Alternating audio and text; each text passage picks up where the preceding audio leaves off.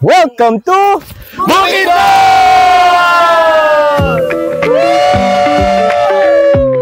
Ngayong araw, babiyahe tayo para Roty Peaks Ridge Camp. Ito ay kilala at minamahal ng marami bilang campsite. Nag-alok ito ng extraordinary camping experience. Nasa mataas na bahagi ito ng bundok. Kaya naman matatanaw dito ang kamangha-manghang panoramic view ng kabundukan ng Bukidnon. Ito ay si Haribon. Ito ay malawak na pinyahan na nadaanan namin. Ilang bundok din ang kailangan daanan namin. May rough road, may konkreto, at may pang Jurassic Park na parang may dinosaur na lalabas at aabulin kami dito sa tulay na pang documentary. Nasa TV ko lang napapanood. Ito naman ang klase ng ilog na pang pelikula at kung saan may laging naglalaba.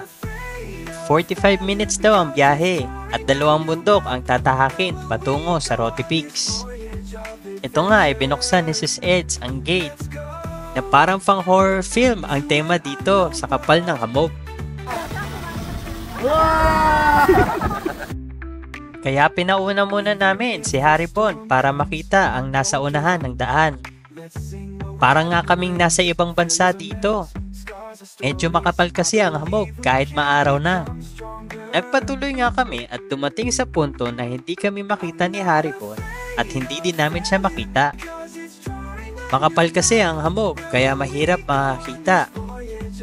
Tumagal din ng ilang minuto ang paghahanap namin sa isa't isa. Hindi namin alam kung nasaan na siya. Nang makita niya ang daan ay nakita na din namin siya. Dito nga ay nakakalula ang ganda. At may 2 kabayong naglalambingan. Malapit na kami sa Roty Peaks at dito pa lang ay may sea of clouds na. Nang makarating kami ay excited ang lahat na gumamit ng CR. Ganito kasi ang banyo dito. May nakakapigil hiningang tanawin. Malamig sa lugar na to at parang Baguio. Ganito kami kataas at kitang-kita ang mga nasa babang lugar. Sa matarik na bundok at mahamog na daan, matuto tayo magtiwala sa proseso. Kahit minsan ay hindi natin nakikita ang daraanan. Ito nga ang duyan at tuwang-tuwa ang lahat. Nakakalula kasi ito at talagang mataas ang pwedeng mahulugan. Nagpatuloy kami sa paglalakad hanggang dulo. At ito ang makapigil hiningang tanawin dito.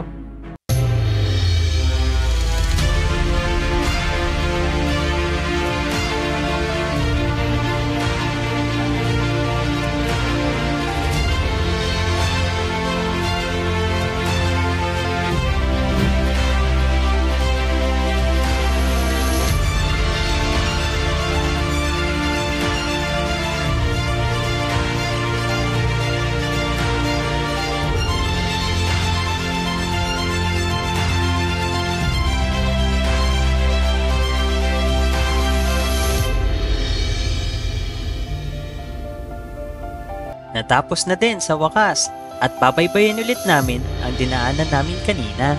Nang makababa at makalipat ng kotse ay dito naman kami naghapunan sa Cowboy Town.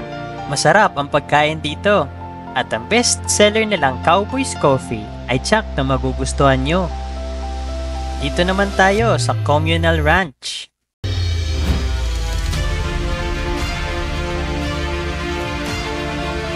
Kung kanina ay nasa taas tayo, ngayon naman ay nasa baba tayo. Iba din ang ganda dito. Malawak ang tanawin, maaliwalas at masarap ang simoy ng hangin. Ang susunod ay ang Lake Apo. Papasok ka pa lang ay matatanaw mo na ang kalmadong lugar. Sa bawat biyahe natin, hindi lang kagandahang tanawin ang ating madidiskubre. Nadidiskubre rin natin ang ating sarili. Sa dulo ng bawat biyahe, hindi lang ang destinasyon ang mahalaga, kundi ang mga alaala, aral, at karanasang babaunin natin habang patuloy tayong maglalakbay sa buhay.